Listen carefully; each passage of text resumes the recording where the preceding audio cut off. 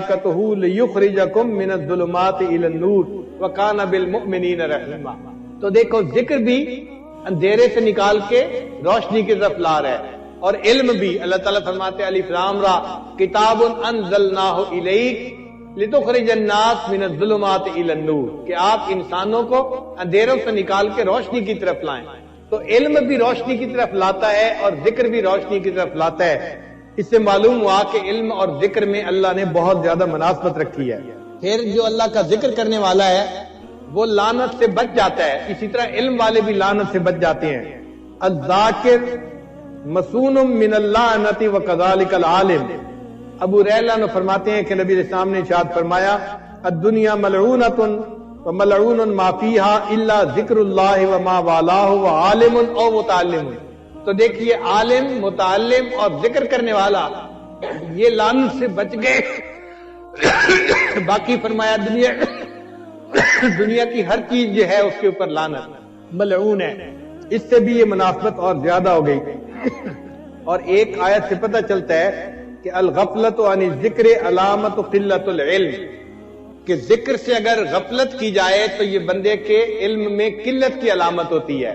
اس سے بھی مناسبت ملتی ہے۔ اللہ تعالیٰ فرماتے ہیں وَلَا تُطِعْ مَنْ أَغْفَلْنَا قَلْبَهُ عَنْ ذِكْرِنَا وَاتَّبَعَ هَوَاهُ وَكَانَ أَمْرُهُ فُرُطًا۔ دوسری جگہ فرمایا فَأَعْرِضْ عَمَّنْ تَوَلَّىٰ عَنْ ذِكْرِنَا وَلَمْ يُرِدْ إِلَّا الْحَيَاةَ الدُّنْيَا ذَلِكَ مَبْلَغُهُم مِّنَ الْعِلْمِ إِنَّ رَبَّكَ هُوَ أَعْلَمُ بِمَنْ ضَلَّ عَنْ سَبِيلِهِ وَهُوَ أَعْلَمُ بِمَنِ اهْتَدَىٰ۔ پھر ایک ساتویں مناسبت کہ مجالس العلم ریاض الجنہ وکذالک مجالس الذکر۔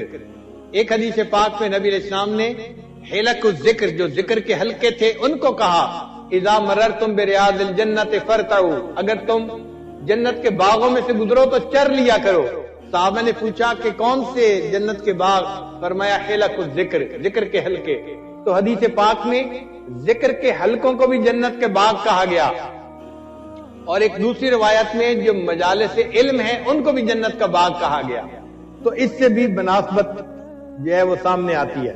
پھر اہل الذکر حفتہم الملائکۃ وغشیتہم الرحمہ وکذالک اہل العلم، کہ جب ذکر کرنے کے لیے لوگ بیٹھ جاتے ہیں ان کو فرشتے ڈھانپ لیتے ہیں اور اللہ کی رحمت ان پر نازل ہوتی ہے۔ اسی طرح جو لوگ علم کو پڑھنے پڑھانے کے لیے بیٹھتے ہیں یا تکرار کے لیے بیٹھتے ہیں، فرشتے ان کو ڈھانپ لیتے ہیں، اللہ کی رحمت ان کو گھیر لیتی ہے۔ اور ویسے بھی القراۃ و ذکر اللہ ذکر اسم اللہ متلازمان، اللہ کے نام کا ذکر اور قرات یہ دونوں لازم و ملزوم ہیں۔ دیکھیے قرآن مجید کی جب وحی اتری تو سب سے پہلی آیت کون سی تھی؟ اقرا بسم ربک الذی خلق۔ تو رب کے نام کا ذکر اور قرات یہ دونوں لازم و ملزوم چیزیں ہیں۔ اسی لیے ایک فرق ذرا سن لیجئے، ایک بندہ عالم ہے اور ذاکر نہیں تو اس سے پوچھنے کا حکم نہیں ہے، ایک بندہ ذاکر ہے اس سے پوچھنے کا حکم ہے۔ فرمایا فاسألوا اہل الذکر ان کنتم لا تعلمون، تم اہل ذکر سے پوچھو اگر تمہیں کسی بات کا پتہ نہیں ہے، یعنی وہ عالم جو اللہ کی یاد کرنے والا ہو، ایسا علم والا، وہ حقیقی عالم وہی انسان ہے۔ امام احمد رحمۃ اللہ علیہ فرمایا کرتے تھے عجبت لطالب علم لا ورد له فی اللیل، مجھے تعجب ہوتا ہے اس طالب علم پر کہ جو رات کو کوئی ورد نہ کرتا ہو، یعنی تہجد میں اٹھ کے اوراد و وظائف نہ کرتا ہو، مجھے اس طالب علم کے اوپر بڑی حیرت ہوتی ہے۔ تو اس سے معلوم ہوا کہ اللہ رب العزت نے علم اور ذکر کے اندر بہت زیادہ مناسبت رکھی ہے۔ اس لیے ہر ذاکر کو چاہیے کہ اگر زندگی کا وقت فارغ کر سکے تو علم حاصل کرے، اور ہر عالم کو چاہیے کہ اگر وہ زندگی کے وقت میں کچھ وقت نکال سکے تو ذکر ضرور سیکھے۔ اس لیے فرمایا فَإِذَا فَرَغْتَ فَانْصَبْ وَإِلَىٰ رَبِّكَ فَارْغَب، جب آپ اپنے منصب سے فارغ ہوں تو کیا کریں؟ وَإِلَىٰ رَبِّكَ فَارْغَب، اپنے رب کی طرف رغبت کیجیے۔ تو طلباء کو بھی چاہیے کہ جب اپنے پڑھنے پڑھانے سے ان کو ٹائم نکلے تو وہ ضرور اللہ کی یاد میں بیٹھا کریں اور اللہ کا ذکر کیا کریں۔ پھر اہمیت الذکر علی سبعۃ اوجہ، ذکر کی اہمیت 7 وجہ سے ہے۔ الامر بہ مطلقا و مقیدا، اللہ تعالیٰ نے ذکر کا حکم فرمایا مطلقاً بھی اور مقیداً بھی۔ فرمایا یا ایھا الذین آمنوا اذکروا اللہ ذکرا کثیرا وسبحوہ بکرۃ واصیلا، اور دوسری جگہ فرمایا وَاذْكُرْ رَبَّكَ فِي نَفْسِكَ تَضَرُّعًا وَخِيفًا. اب وَاذْكُرْ رَبَّكَ فِي نَفْسِكَ، ذکر کر اپنے رب کا اپنے نفس میں، ای فی قلبک. مفسرین نے کہا اس سے مراد ہے اپنے دل میں اللہ کو یاد کرو. تو اللہ تعالیٰ کو یاد کرنے کا حکم ہے گویا اس آیت میں. پھر دوسری وجہ النہی عن ضدہ من الغفلۃ والنسیان، یعنی ذکر کا جو ضد ہے وہ غفلت ہے. تو اللہ تعالیٰ نے غافل ہونے سے منع فرمایا، فرمایا وَلَا تَكُن مِّنَ الْغَافِلِينَ، تو غافلوں میں سے مت ہونا. تو ایک طرف تو ذکر کی اہمیت بیان فرمائی اور دوسری طرف غافل ہونے سے منع فرما دیا. پھر تیسرا تعلیق الفلاح باستدامتہ وکثرتہ، ذکر کو مدامت سے کرنا اور کثرت سے کرنا، اس کے ساتھ فلاح وابستہ ہے. فرمایا وَاذْكُرُوا اللَّهَ كَثِيرًا لَعَلَّكُمْ تُفْلِحُونَ، تم اللہ کا ذکر کثرت سے کرو تاکہ تم فلاح پا جاؤ. تو فلاح کا تعلق اللہ کے ذکر کی کثرت کے ساتھ ہے. جتنا زیادہ ذکر کریں گے اتنا اللہ تعالی ہمیں فلاح عطا فرمائیں گے. اور جو لوگ اللہ کا ذکر کثرت سے کریں گے اللہ تعالیٰ ان کو بہترین اجر اور بدلہ عطا فرمائیں گے. فرمایا ان المسلمین والمسلمات، یہ پوری آیت اس میں اللہ تعالیٰ فرماتے ہیں والذاکرین اللہ کثیرا والذاکرات اعد اللہ لہم مغفرۃ واجرا عظیما، اللہ نے ان کے لیے مغفرت اور بڑا اجر ان کے لیے رکھا ہوا ہے. تو معلوم ہوا کہ ذکر کے اوپر اجر بھی اللہ تعالیٰ بہت عطا فرماتے ہیں. اور جو انسان ذکر سے غافل ہو اس کے لیے خسارے کی بات فرمائی گئی. چنانچہ رب کریم فرماتے ہیں یا ایھا الذین آمنوا لا تلھکم اموالکم ولا اولادکم عن ذکر اللہ ومن یفعل ذلک فاولئک هم الخاسرون. تو معلوم ہوا کہ جو انسان اللہ کے ذکر سے غافل ہوتا ہے وہ خسران میں پڑنے والا ہوتا ہے. اور اللہ کا ذکر یہ بہت بڑا عمل ہے. قرآن پاک میں اللہ تعالیٰ فرماتے ہیں وَلَذِكْرُ اللَّهِ أَكْبَرُ، اور اللہ کا ذکر سب سے بڑا ہے. چنانچہ مفسرین فرماتے ہیں کہ ان ذکر اللہ اکبر من کل شیء فهو افضل الطاعات، یہ افضل الطاعات ہے جو اللہ کا ذکر ہے. تو ان 7 وجوہات سے ذکر کی اہمیت سامنے آتی ہے. ذکر میں ہمارے سلسلے میں 3 طرح کا ذکر ہوتا ہے. ایک ہوتا ہے اللہ اللہ کا ذکر کرنا، اللہ کے نام کا ذکر کرنا. قرآن مجید میں ہے وَذَكَرَ اسْمَ رَبِّهِ فَصَلَّى، اور رب کے نام کا ذکر کیا اور نماز پڑھی. تو اگر کوئی پوچھے کہ رب کا نام کیا ہے تو ہم کیا جواب دیں گے؟ اللہ. تو معلوم ہوا کہ اللہ کا ذکر کرنا. تو اللہ کا ذکر کثرت کے ساتھ کرے. یہ بھی محبت کا باب ہے کہ جس سے محبت ہوتی ہے اس کا نام لینے میں مزہ آتا ہے، اس کا نام لینے سے دل کو سکون ملتا ہے. بعض لوگ کہتے ہیں او جی صرف اللہ اللہ کہنے سے کیا ہوتا ہے؟ بھئی اللہ اللہ کہنے سے ہی تو دل کو سکون ملتا ہے، دل کو تسلی ملتی ہے. مجھے ایک دن ایک ملک میں ایک صاحب مل گئے، کہنے لگے آپ اللہ اللہ کرتے رہتے ہیں، آپ کو اور کوئی کام نہیں. مجلس لوگ سن رہے تھے، کہنے لگے بس اللہ اللہ کرتے رہتے ہیں، آپ کو اور کوئی کام نہیں. میں نے کہا اچھا خدا کے بندے، قیامت کے دن اللہ کے سامنے یہی گواہی دے دینا کہ یہ شخص اللہ اللہ ہی کرتا رہتا تھا، دنیا میں اس کو کوئی اور دوسرا کام نہیں تھا. عجیب بات ہے کہ اس کو معمولی سمجھتے ہیں. ہر وقت اللہ اللہ کرنا کوئی معمولی بات ہے؟ ذرا کر کے دکھائیں نا، پتہ چلے. محبت ہوگی وہ ہر وقت اللہ کا نام یاد کرے گا. کہ جی اللہ کا نام رٹنے سے کیا ہو جاتا ہے؟ بھائی ہم رٹیں گے گرچہ مطلب کچھ نہ ہو، ہم تو عاشق ہیں تمہارے نام کے. اللہ کے نام کا جو عاشق ہوتا ہے اس کو تو اللہ کا نام لینے میں مزہ آتا ہے. ماں کو بیٹے سے محبت ہوتی ہے، وہ بیٹے کا نام کتنے پیار سے لیتی ہے اور بار بار لیتی ہے. تو کیا اللہ سے محبت ہو تو اللہ تعالیٰ کا نام لینے سے انسان کے دل کو سکون نہیں ملتا؟ دیکھیں پانی کا ایک قطرہ گرتا ہے ٹوٹی سے اور نیچے چپس کا فرش ہوتا ہے، وہ پتھر کی طرح ہوتا ہے سخت، لیکن کچھ عرصے کے بعد اگر آپ دیکھیں تو اس میں بھی سوراخ ہو جاتا ہے جہاں ایک پانی کا قطرہ گر رہا ہوتا ہے. تو اگر پانی کا قطرہ تواتر سے گرتا رہتا ہے تو وہ پتھر میں راستہ بنا لیتا ہے. بالکل اسی طرح اگر اللہ اللہ کا یہ نام تواتر کے ساتھ دل کے اوپر لیا جائے تو یہ دل میں بھی اپنا راستہ بنا لیا کرتا ہے. انسان کے دل میں راستہ بن جاتا ہے اور اللہ کا نام دل میں بس جایا کرتا ہے. اس لیے اللہ کا ذکر کثرت سے کرنا چاہیے تاکہ دل پہ اس کا رنگ چڑھ جائے، اس کا اثر آ جائے.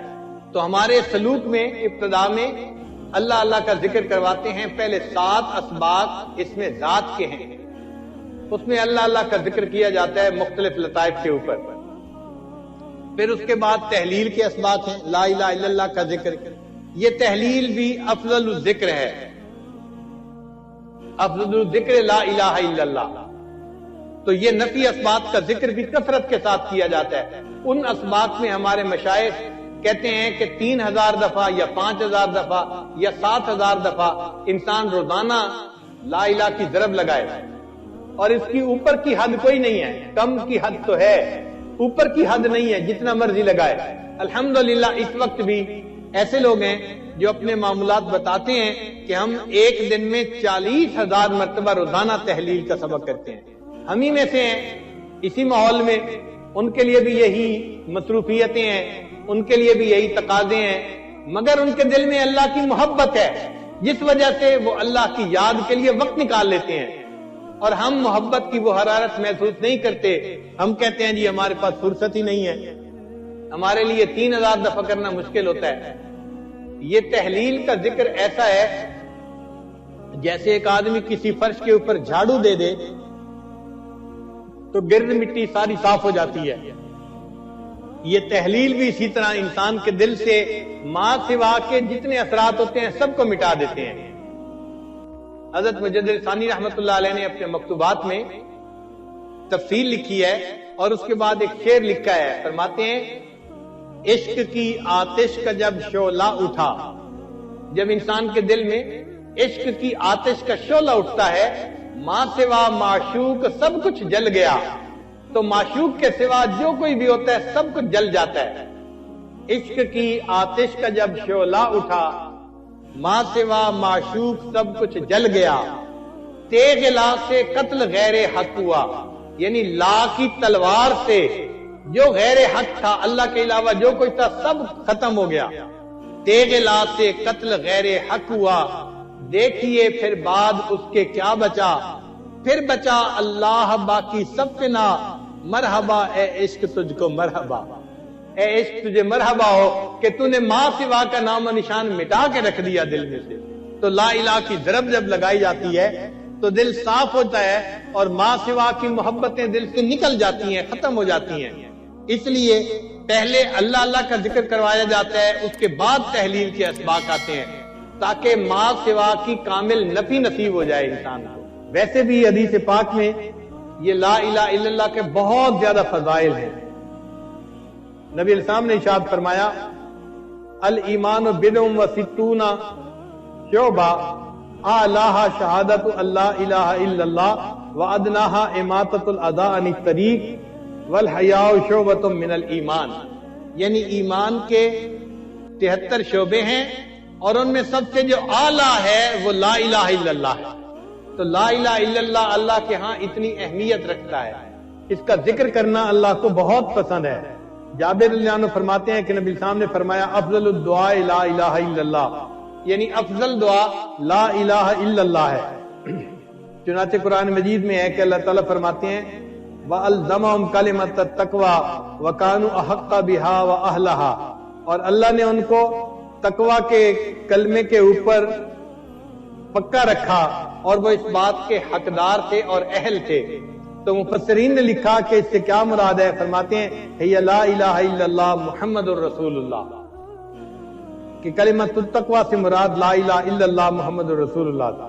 حضرت علی اللہ عنہ فرماتے ہیں کہ میں نے ابن عمر اللہ عنہ سے سنا، وہ کہتے تھے کہ میں نے نبی علیہ السلام سے سنا اور لوگوں نے بھی سنا، یقولون لا الہ الا اللہ واللہ اکبر، یعنی تکبیر پڑھ رہے تھے نبی علیہ السلام حج کے موقع پر.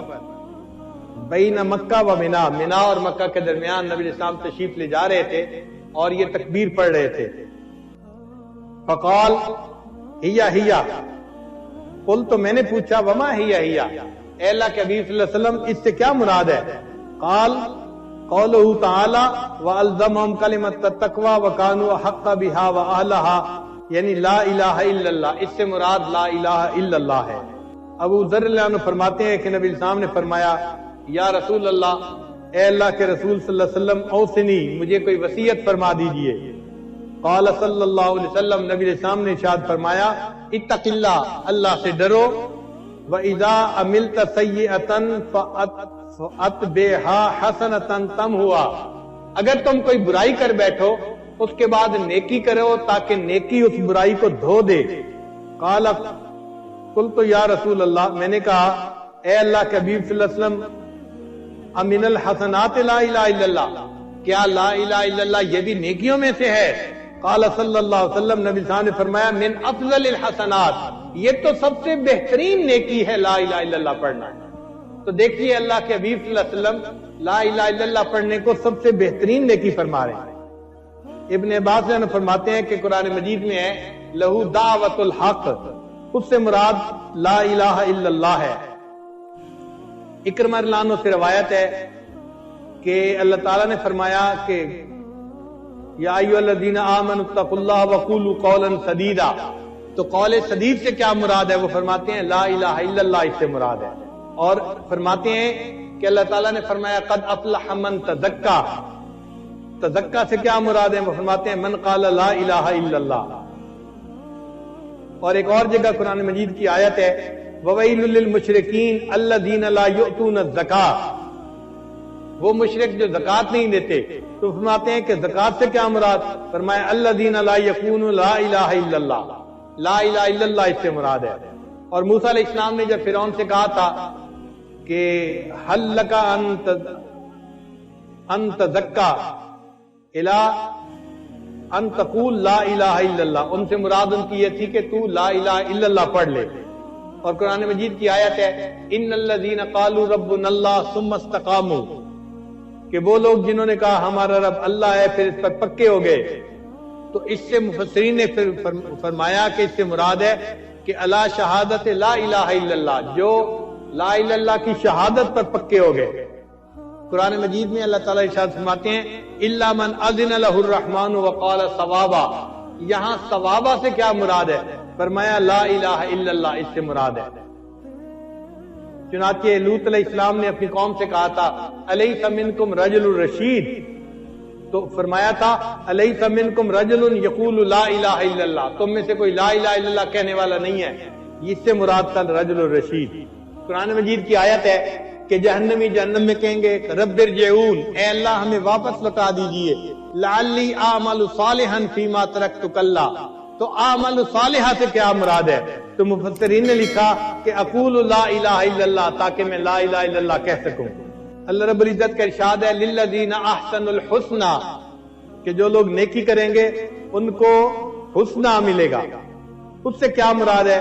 فرمایا کہ جو لوگ کہیں گے لا الہ الا اللہ، الحسنہ سے مراد الجنہ، ان کو جنت ملے گی، وزیادہ، اور زیادہ سے مراد النظر الی وجہ اللہ تبارک و تعالی، اللہ تعالیٰ کا دیدار کرنا۔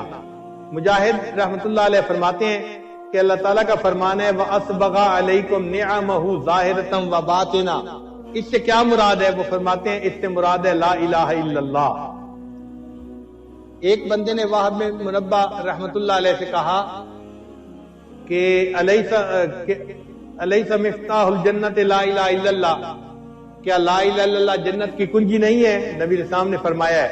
انہوں نے فرمایا بلا ایسا ہی ہے یا ابن اخی، ولکن لیس من مفتاح الا ولہ اسنان فمن جاء باسنانہ فتح لہ ومن لم یفتح لہ، یعنی چابی کے دندانے بھی ہوتے ہیں، تو نیک اعمال دندانے کی مانند ہیں۔ جس نے کلمہ پڑھ لیا چابی تو مل گئی، لیکن اگر وہ اعمال بھی ٹھیک کر لے گا تو دندانے بھی ٹھیک ہو جائیں گے، تو جنت کا دروازہ کھل جائے گا۔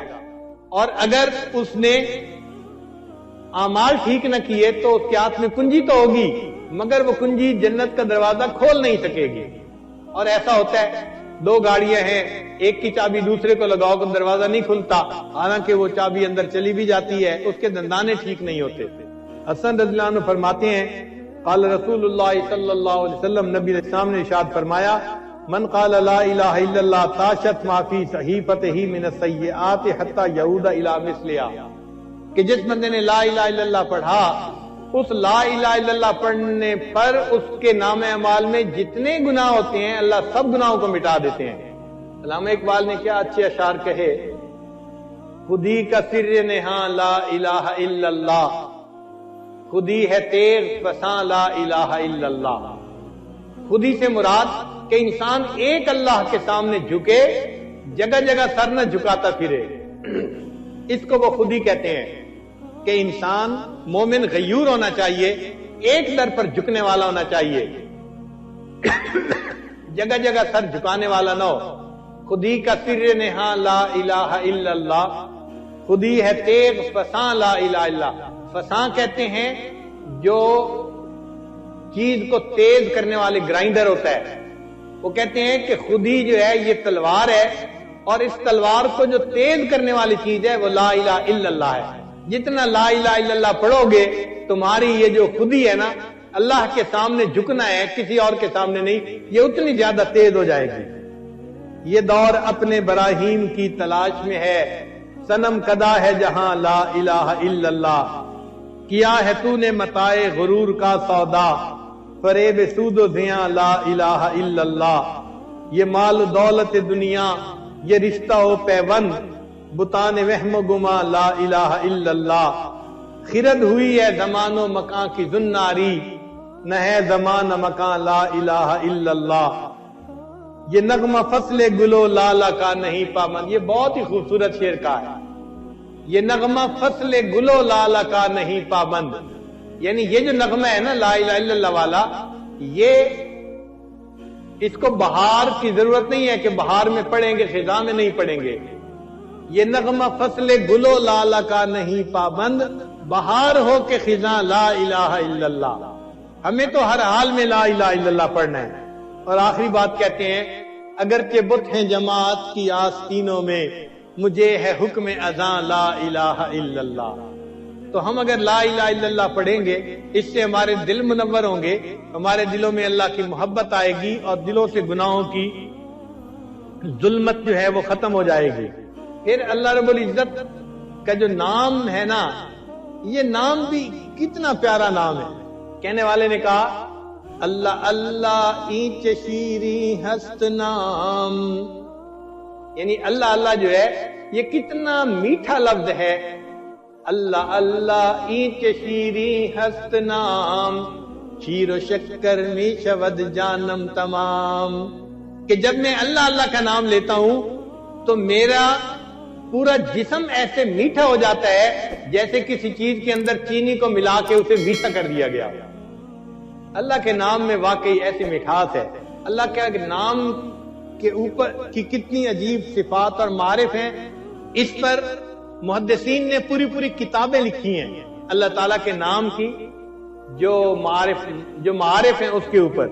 چنانچہ چند ایک آپ بھی سن لیجئے. ایک تو یہ کہ ندا کے تمام حروف میں سے صرف یا کا حرف اللہ کے نام پر داخل ہو سکتا ہے، باقی حروف کے ساتھ اللہ کو منادہ بنانا جائز نہیں. اس کی وجوہات ہیں، مثلا یا ایسا حرف ہے جو قریب کے لیے بھی بولا جاتا ہے اور دور کے لیے بھی بولا جاتا ہے، تو یہ قریب اور بعید دونوں کے لیے استعمال ہوتا ہے. اور اللہ تعالیٰ کی ذات بھی ایسی ہے کہ وہ انسان کے قریب بھی ہے اور اپنے عظمت و جلال کی وجہ سے بندے سے دور بھی ہے، تو اس میں بھی قرب بھی ہے، بعد بھی ہے. اور چونکہ اس جو ہے حرف ندا کے اندر بھی قرب اور بعد تھا، تو ان صفات کی وجہ سے اللہ تعالیٰ کے نام کے ساتھ یا کا لفظ ہی لگایا جاتا ہے. پھر دوسری بات کہ آج تک ماہرین لغات اس بات پر حیران ہیں کہ اللہ رب العزت کا جو یہ نام ہے یہ عربی ہے یا عجمی، سریانی ہے یا عبرانی، علم ہے یا غیر علم، مشتق ہے یا غیر مشتق. اسی طرح یا کی حقیقت بھی لوگوں کی نگاہ سے مستور ہے. تو چونکہ نام بھی مستور تھا اور یہ حرف ندا بھی مستور ہے، تو مستور کو مستور کے ساتھ مناسبت، اس لیے اللہ کے نام کے ساتھ ہی صرف یا کا لفظ آ سکتا ہے. پھر قرآن پاک میں جتنے بھی منادہ آئے ہیں سب لفظ یا کے ساتھ آئے ہیں. گویا یا تمام حروف ندا میں افضل ہے، اور اللہ تعالیٰ کا نام اللہ تعالیٰ کے تمام ناموں میں سے افضل ہے، تو افضل کو افضل کے ساتھ جوڑ دیا گیا، الافضل للافضل. پھر یا ایسا حرف ندا ہے کہ جو بہت جس میں تخفیف ہے، چھوٹا ہے، آسانی سے کہا جا سکتا ہے، اور اس کے آخر میں الف ہے جو کہ مد الصوت کے لیے ہے. اور مدادا کے لیے مناسب ہے، کیونکہ لفظ اللہ کے ساتھ کثرت سے اللہ کو پکارا جاتا ہے اور کثرت استعمال تخفیف کا تقاضا کرتی ہے، اور لفظ اللہ کے ساتھ یا کو خاص کر دیا گیا، اس میں بھی تخفیف اور اس میں بھی اس کے لیے بھی تخفیف۔ تمام حروف ندا میں یا ایسا حرف ندا ہے جس کا حذف کرنا جائز ہے۔ معذوف ہونے کی صورت میں ظاہراً یہ حرف مستور ہوتا ہے اور عملاً و تصرفاً ظاہر ہوتا ہے، یعنی ظاہر بھی ہے مستور بھی ہے، گویا اس حرف کا ظاہر بھی ہے اور باطن بھی ہے، اور چونکہ اللہ تعالیٰ کا ظاہر بھی ہے باطن بھی ہے، الظاہر بھی ہے الباطن بھی ہے، اس مناسبت سے بھی اللہ کے نام کے ساتھ اس لفظ کا حرف کا آنا وہ زیادہ جو ہے وہ بہتر نظر آتا ہے۔ اللہ تعالیٰ کے نام میں ایک خوبی یہ بھی ہے کہ اس نام کے جتنے ٹکڑے کرتے چلے جائیں، جو ٹکڑا باقی بچتا ہے وہ اللہ تعالیٰ کے نام ہی کی طرف انسان کو دعوت دیتا ہے۔ مثلاً اللہ کا نام لکھا ہوا ہے، اب اس کو پڑھیں تو کون یاد آتا ہے؟ اللہ یاد آتا ہے۔ اب اگر کوئی بندہ فرض کو پہلی الف ہٹا دے تو باقی کیا بچتا ہے؟ للہ، تو للہ کس کی یاد دلا رہا ہے؟ اللہ تعالیٰ کی۔ اچھا ایک اور لام ہٹا دے تو پھر باقی کیا رہ گیا؟ لہو، لہو ما فی السماوات و ما فی الارض، وہ بھی اللہ کی یاد دلاتا ہے۔ اچھا اگر دوسرا لام بھی ہٹا دیا جائے تو پھر باقی کیا بچ جاتا ہے؟ ہو بچ جاتا ہے، لا الہ الا ہو، وہ بھی اللہ ہی کی طرف انسان کو متوجہ کرتا ہے۔ کتنا خوبصورت نام ہے۔ لوگوں کے نام ہوتے ہیں ایک حرف نکال دو باقی نام کا کوئی مطلب ہی نہیں بنتا، بے معنی سا نام ہو جاتا ہے۔ اللہ آپ کتنے عظیم ہیں، آپ نے اپنے لیے کتنا خوبصورت نام پسند کیا۔ کوئی بندہ الگ الگ بھی کرتا جائے تو جو بچے گا وہ بھی اللہ کے نام کی طرف ہی انسان کو جو ہے وہ متوجہ کرے گا۔ پھر اللہ تعالیٰ کے جتنے باقی نام ہیں وہ سارے کے سارے ایک صفت پر دلالت کرتے ہیں۔ مثلاً الکریم، کرم کی صفت کے اوپر، الجواد، جود کی صفت کے اوپر، تو ہر اسم جو ہے وہ ایک ایک صفت کے اوپر دلالت کرتا ہے، لیکن اللہ کا نام ایسا ہے جو اللہ تعالیٰ کی تمام صفات کی طرف اشارہ کرتا ہے۔ یہ ایسا افضل نام ہے۔ پھر یہ بھی سن لیجئے کہ لفظ اللہ سے پہلے اگر کوئی لفظ ہے اور وہ مفتوح ہے یا مضموم ہے تو اللہ کا جو لام ہوتا ہے نا اس کو پر پڑھتے ہیں، اس کو تفخیم کہتے ہیں قرآن کی زبان میں۔ یہ تفخیم لفظ اللہ کی جو ہے نا وہ خصوصیت ہے، کسی اور لام میں یہ تفخیم نہیں ہو سکتی، صرف اللہ کے نام کو پر پڑھا جائے گا، اس لیے کہ اللہ کی عظمت کی وجہ سے اللہ کے نام کے اندر بھی ایسا حسن ہے، اس کے پڑھنے کے اندر بھی انسان کو جو ہے وہ پڑھنے میں بھی مزہ آتا ہے۔ یہ کیسا پیارا نام ہے، اذان کے شروع میں اللہ اور اذان کے آخر پہ اللہ۔ ہم اذان دیتے ہیں تو کہاں سے؟ اللہ اکبر، تو پہلا لفظ کیا ہوتا ہے؟ اور جب اذان ختم کرتے ہیں تو لا الہ الا اللہ، تو کہاں پہ ختم کیا؟ اچھا نماز شروع کرتے ہیں تو کیا پڑھتے ہیں؟ اللہ اکبر، تکبیر تحریمہ، تو اللہ کے نام سے نماز کی ابتدا، اور جب سلام پھیرتے ہیں تو پڑھتے ہیں السلام علیکم ورحمۃ اللہ، تو اللہ کے نام پہ انتہا۔ تو اذان کی ابتدا اور انتہا اللہ کے نام سے، نماز کی ابتدا اور انتہا اللہ کے نام سے۔ یہ کیسا پیارا نام ہے، اگر یہ کسی بندے کے دل میں بس جائے تو سوچئے کہ اس بندے کو کتنی نعمت اللہ کے ہاں سے نصیب ہو گئی۔ اس لیے بچہ جب دنیا میں آتا ہے تو سب سے پہلے اس کے کان میں اللہ کا نام پہنچایا جاتا ہے۔ جب اذان دیتے ہیں بچے کے کان میں تو اللہ اکبر سے شروع کرتے ہیں، تو سب سے پہلا نام کیا پہنچا؟ اللہ کا نام پہنچا۔ پھر اللہ کسی دوسرے اسم کی طرف مضاف نہیں ہوتا، جبکہ دوسرے اسماء اس کی طرف مضاف ہوتے ہیں، جیسے عبداللہ، کتاب اللہ، تو اس کی طرف تو مضاف ہو رہے ہیں باقی، لیکن اس کی اضافت کہیں نہیں کر سکتے، چونکہ اضافت نقص کی دلیل ہوتی ہے، اس لیے اس نام کی طرف وہ نہیں کر سکتے۔ اللہ تعالیٰ احتیاج سے پاک ہیں، ایسے اللہ تعالیٰ کا نام بھی احتیاج سے پاک ہے۔ پھر یہ اللہ کا نام پوری کائنات کی جان ہے۔ ان اللہ عز وجل یقول لاسرافیل اذا سمعت قائلا یقول اللہ اللہ فاخر النفخۃ 40 سنۃ اکراما لقائلها، کہ جب تو کسی بندے سے سنے کہ وہ اللہ کا لفظ کہہ رہا ہے، اس نام کے اکرام کی وجہ سے سور پھونکنے میں 40 سال تاخیر کر دینا۔ کتنا یہ عظیم نام ہے کہ اس کی وجہ سے پوری کائنات تباہ ہونے سے بچا دی جاتی ہے 40 سال کے لیے. جب اللہ تعالیٰ نے آدم علیہ السلام میں روح پھونکی تو حدیث پاک میں آتا ہے کہ جیسے ہی وہ زندہ ہوئے تو انہوں نے سب سے پہلے اللہ کا نام لیا. ایک اور طلباء کے لیے نکتہ، آپ نے دیکھا ہوگا کہ جب حروف ابجد لکھتے ہیں نا، الف کھڑی کھڑی لکھتے ہیں اور با لیٹی لیٹی لکھتے ہیں. تو با فطرتاً یعنی اصلاً وہ لیٹی ہوئی ہوتی ہے، الف کھڑی ہوئی ہوتی ہے اور با لیٹی ہوئی ہوتی ہے.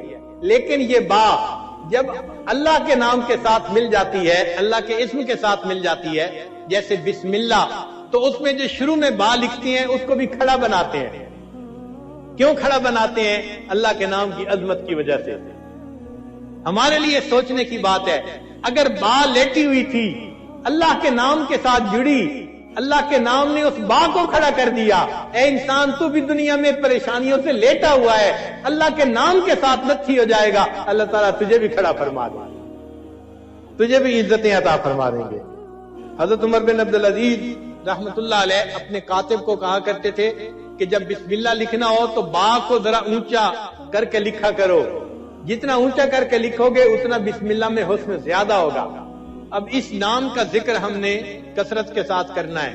ہمارے بزرگ فرماتے ہیں، مومنا ذکر خدا بسیار گو، مومنا ذکر خدا بسیار گو، تابعہ بی درد عالم آبرو، ذکر کن ذکر تا ترا جانس، ذکر کن ذکر تا ترا جانس، پاکی دل سے ذکر رحمانس. جتنا رحمان کا ذکر کریں گے اتنا ہی دل کی پاکی زیادہ بڑھے گی، دل منور ہوگا.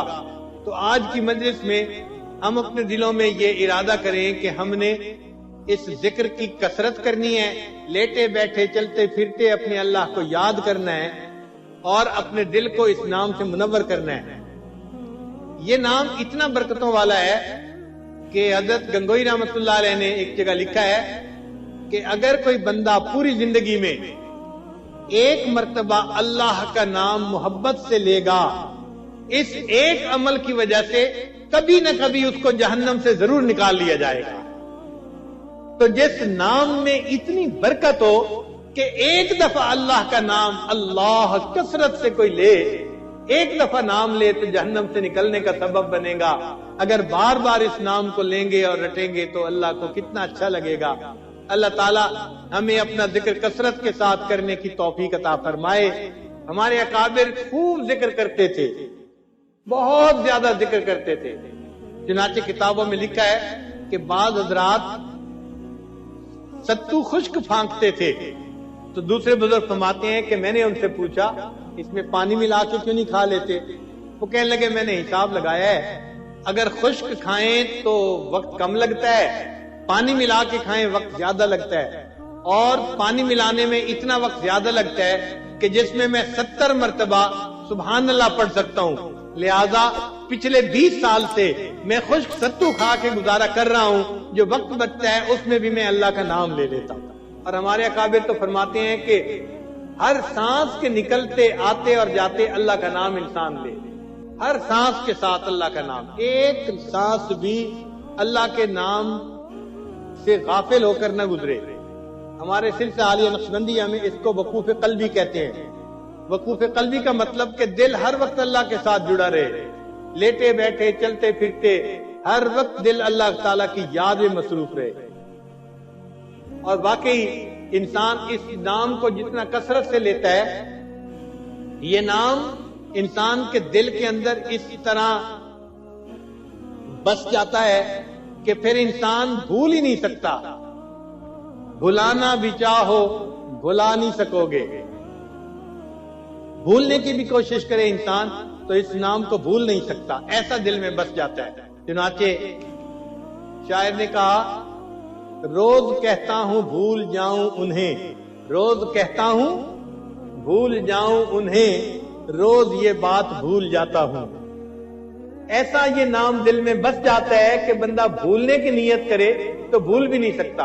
امام ربانی مجدد ثانی رحمت اللہ علیہ فرماتے ہیں کہ جس بندے کو فنائے قلب کی کیفیت حاصل ہو گئی، اس بندے کو 1000 سال کی عمر دی جائے اور اسے کہا جائے اس 1000 سال میں تم اللہ کے نام کو بھلا کر دکھاؤ، وہ فرماتے ہیں کہ 1000 سال کوشش کرنے کے باوجود وہ اللہ کی یاد سے غافل نہیں ہو سکے گا.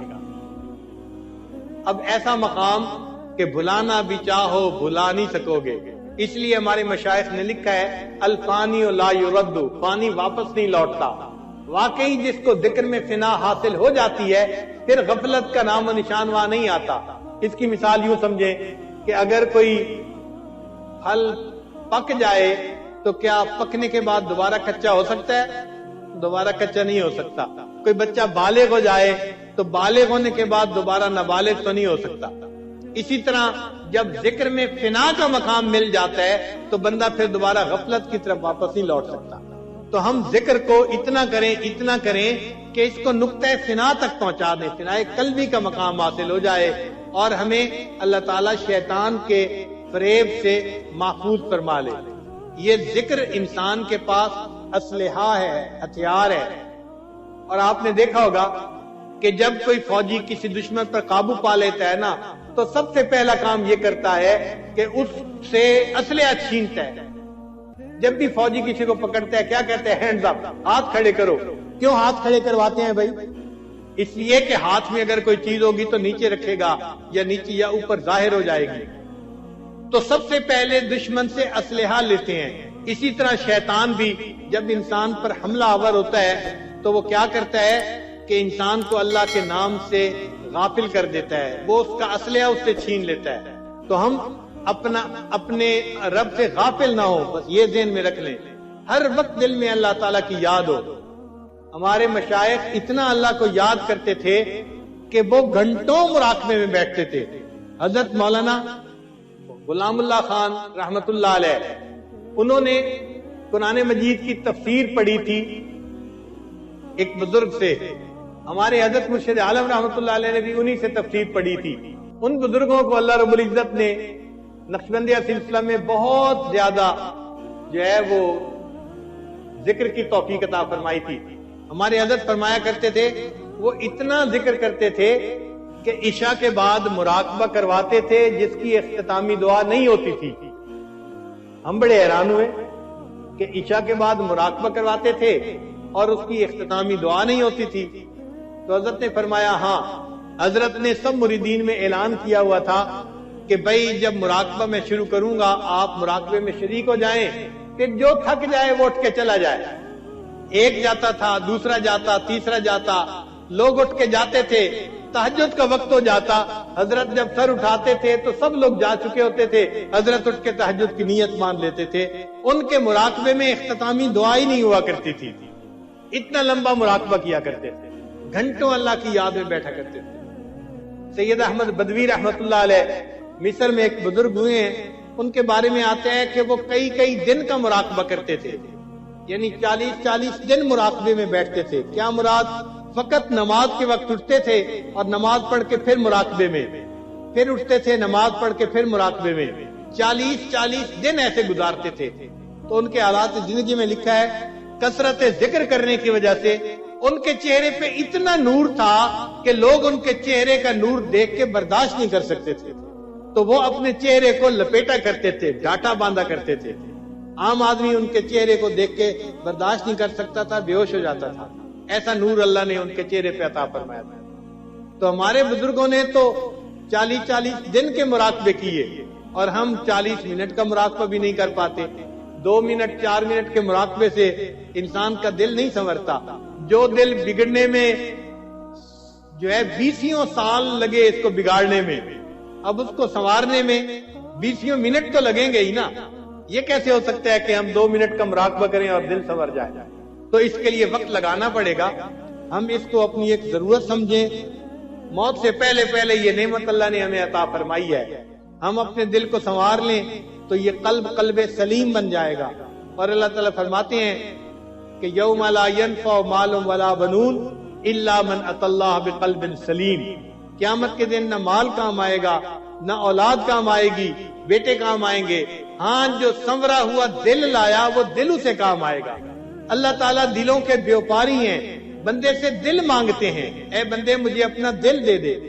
ہم اللہ کو اپنے دل میں بسا لیں، اتنا ذکر کریں، اتنا ذکر کریں کہ اللہ دل میں آ جائے، اتنا ذکر کریں کہ اللہ دل میں سما جائے، بلکہ اتنا ذکر کریں کہ اللہ دل میں چھا جائے۔ حضرت مجدوب رحمۃ اللہ نے یہی کہا، یاد میں تیری سب کو بھلا دوں کوئی نہ مجھ کو یاد رہے، یاد میں تیری سب کو بھلا دوں کوئی نہ مجھ کو یاد رہے، تجھ پر سب گھر بار لٹا دوں خانہ دل آباد رہے، سب خوشیوں کو آگ لگا دوں غم سے تیرے دل شاد رہے، سب کو نظر سے اپنی گرا دوں تجھ سے فقط فریاد رہے، اب تو رہے بس تادم آخر ورد زباں اے میرے الہ، لا الہ الا اللہ، لا الہ الا اللہ۔ اللہ تعالیٰ ہمیں اس ذکر کو کثرت کے ساتھ کرنے کی توفیق عطا فرمائے۔ وآخر دعوانا ان الحمد للہ رب العالمین۔